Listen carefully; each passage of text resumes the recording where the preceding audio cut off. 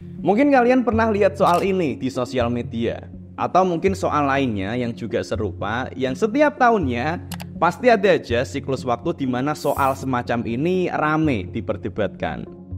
Dan masalahnya adalah jawaban-jawaban yang diberikan oleh banyak orang tidak sepenuhnya tepat. Untuk soal ini misalnya, ada yang bilang kalau jawabannya adalah 1. Ada juga yang bilang kalau jawabannya 9. Pertanyaannya, manakah yang benar jawabannya? Kita akan membahasnya di video kali ini, dan ini bukan hanya sekedar membahas hasil akhirnya aja, tapi membahas hal yang lebih mendasar lagi tentang konsep di matematikanya. Yang ini menunjukkan bahwa banyak orang yang masih salah paham dalam melihat matematika.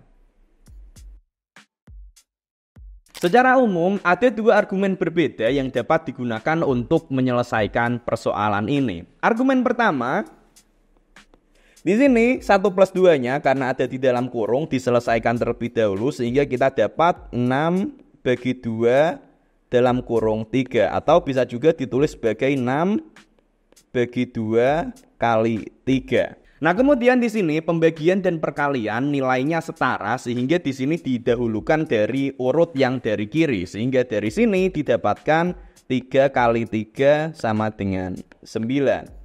Sementara itu untuk argumen yang kedua, di sini sama, di dalam kurung didahulukan terlebih dahulu 6 bagi 2 dalam kurung 3. Bedanya adalah kemudian di sini bahwa 6 dianggap bahwa di sini dibagi 2 kali 3 sehingga didapatkan hasilnya adalah 6 bagi 6 sama dengan 1. Kemudian ada juga orang yang bilang kalau jawabannya ini adalah 5 atau jawabannya 7. Cuman aku nggak tahu itu nalarnya gimana kok bisa sampai 5 atau 7. Jadi untuk teman-teman yang tahu silahkan coba bantu di komentar. Intinya ada 2 ini, 9 dan 1. Yang perbedaannya terdapat pada asumsi urutan pengerjaannya. Dan pertanyaannya, manakah yang benar? Apakah 9 atau apakah 1?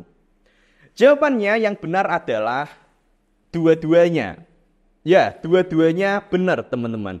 Karena ini bukanlah persoalan matematika, tapi persoalan kesepakatan. Semacam kesepakatan dalam bahasa. Dan ini harus kita bedain nih dari matematika. Misalnya gini, kita ambil contoh bentuk lingkaran dalam bidang datar. Luas dari lingkaran ini adalah pi r kuadrat. Kita mau mendekatinya lewat cara apapun, luasnya adalah pi r kuadrat. Ini adalah persoalan matematika.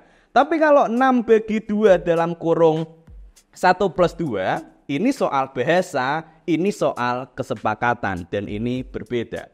Kalau kalian tanya ke ahli matematika, pasti mereka bakal jawab kalau jawaban 1 dan jawaban 2 ini sama benernya.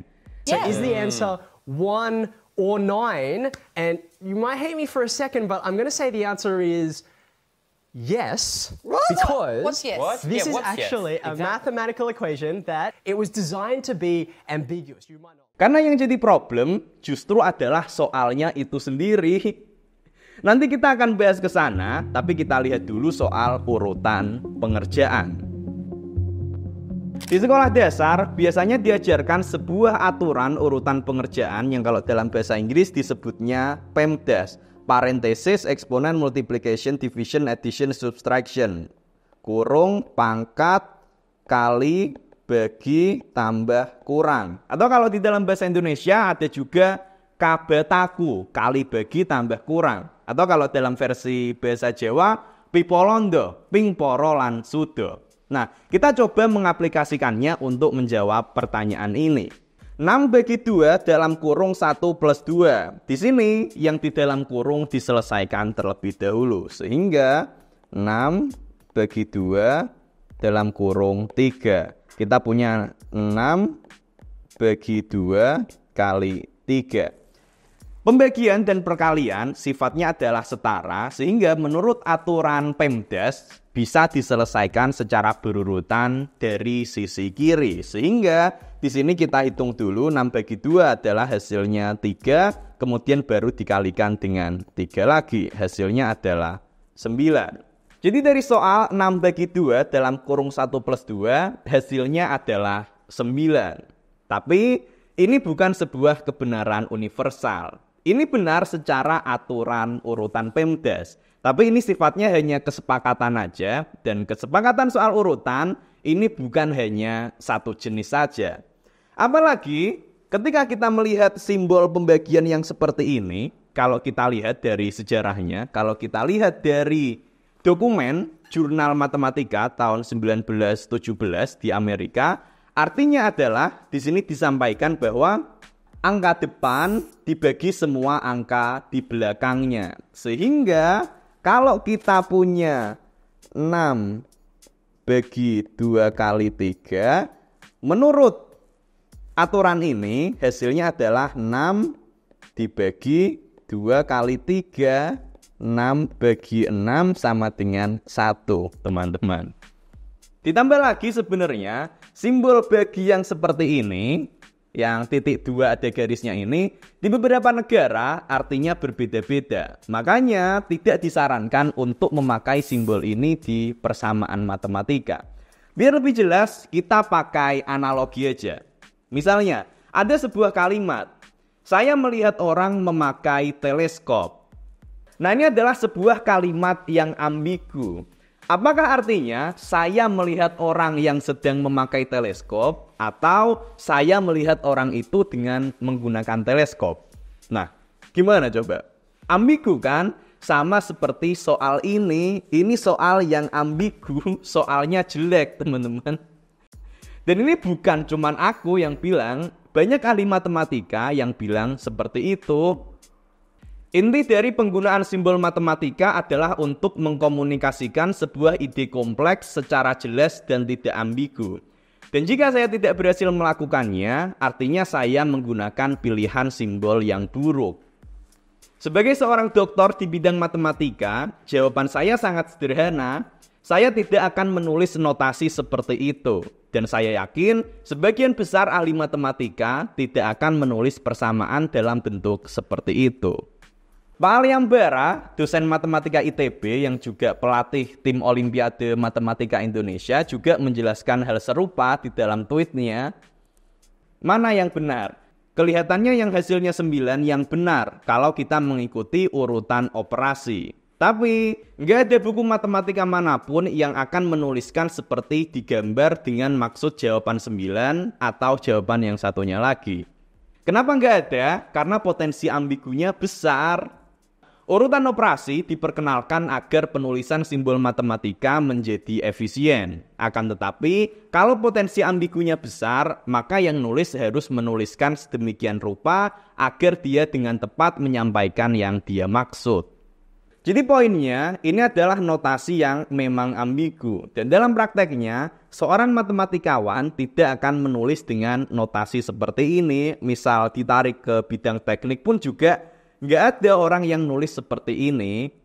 Biar lebih jelas, alternatifnya adalah ditulis dengan bentuk yang lain. Salah satunya yang paling gampang adalah dengan menambahkan kurung di sini. Kalau memang pengen yang belakang yang dihitung dulu, ya dikasih kurung di sini. Atau kalau memang pengen yang bagian depan dihitung dulu, dikasih kurung di depannya. Atau alternatif lain lagi, bisa juga ditulis dalam bentuk pecahan seperti ini. Sehingga kalau kayak gini kan jelas ya. Di sini 6-nya dibagi dengan 2 kali 1 plus 2. Atau di sini 6/2 dikali dengan dalam kurung 1 plus 2. Kalau kayak gini kan jadi jelas kan? Ketika dihitung atau dimasukin ke program, bentuk yang seperti ini, yang bentuknya udah jelas, pasti hasilnya nanti akan sama. Hasil perhitungannya juga nanti akan sama. Makanya, jujur saja teman-teman, aku sendiri sangat nggak suka sama pertanyaan di sosmed, misal yang bentuknya 1 tambah 1 kali 0. Well, secara kesepakatan, secara aturan urutan PEMDAS, hasilnya memang 1. Tapi ini ambigu, mending dikasih kurung aja yang jelas mana yang mau didahuluin operasinya. Apalagi kalau pertanyaan ini disampaikan secara lisan. Ya maksudnya pasti akan berbeda. Kalau seperti ini bukan soal matematika, ini cuma soal untuk mengikuti aturan. Dan itu bukan spirit dari matematika yang sebenarnya. Konsep PEMDAS atau urutan perhitungan pada dasarnya dibuat untuk penyederhanaan untuk siswa tingkat dasar. Biar misalnya ketika pas masuk bidang aljabar, kemudian ketemu bentuk 2x tambah 3y, di sini nggak salah dipahami bahwa di sini ternyata 2 kali x tambah 3 kali y. Kan ini keliru nih. Makanya biar nggak salah paham, dikasihlah paham itu urutan PEMDAS sehingga 2x di sini satu kesatuan, 3y di sini satu kesatuan. Atau contoh lainnya, misal kita punya bentuk 3x kuadrat tambah 2x. Nah, di sini dengan mengetahui urutan pengerjaan itu, kita jadi tahu kalau di sini salah kalau kita nganggep ini sebagai 3x dikuadratkan misalnya. Ini kan keliru ini teman-teman. Jadi poinnya di sini adalah salah satunya untuk memperjelas dalam aljabar. Bukan buat bikin ambigu dalam perhitungan angka. Jadi jangan disalahgunakan teman-teman. Dan dalam persamaan matematika sebisa mungkin hindari bentuk ambigu. Dan ini pun nggak bagus. Orang juga jadi nganggepnya matematika itu cuma sekedar rumus-rumus saja, aturannya gini berarti ngerjainnya gini. Ini nggak bagus teman-teman, karena ini orang menganggap matematika tanpa tahu arti sebenarnya apa. Dan di sini aku setuju dengan pendapat dari Profesor Judith Grabiner. Di sini dia konteksnya ngomong tentang pendidikan di US, tapi ini juga relevan dengan yang ada di Indonesia. Menurut saya, kekurangan terbesar dalam pendidikan matematika adalah orang berpikir bahwa matematika adalah tentang perhitungan, tentang rumus, dan mendapatkan jawaban benar. Bukan tentang proses eksplorasi dan berpikir logis untuk menyelesaikan masalah. Kembali lagi ke awal, di pertanyaan ini tadi, kalau misalkan aku ditanya, jawaban dari pertanyaan 6/2 dalam kurung 1+2 jawabannya berapa? Jawabanku adalah soalnya jelek. Tulis dulu yang jelas, yang dimaksud gimana. Jadi kalau kalian nemu pertanyaan kayak gitu lagi teman-teman, itu juga bisa dilakukan. Silahkan komen aja, soalnya jelek, tulis dulu yang jelas maksudnya gimana, biar nggak ambigu. Oke, demikian dulu teman-teman untuk video kali ini. Semoga bermanfaat. Terima kasih. Kayaknya abis ini perlu bahas tentang dasar matematika deh, biar orang nggak salah paham tentang matematika juga.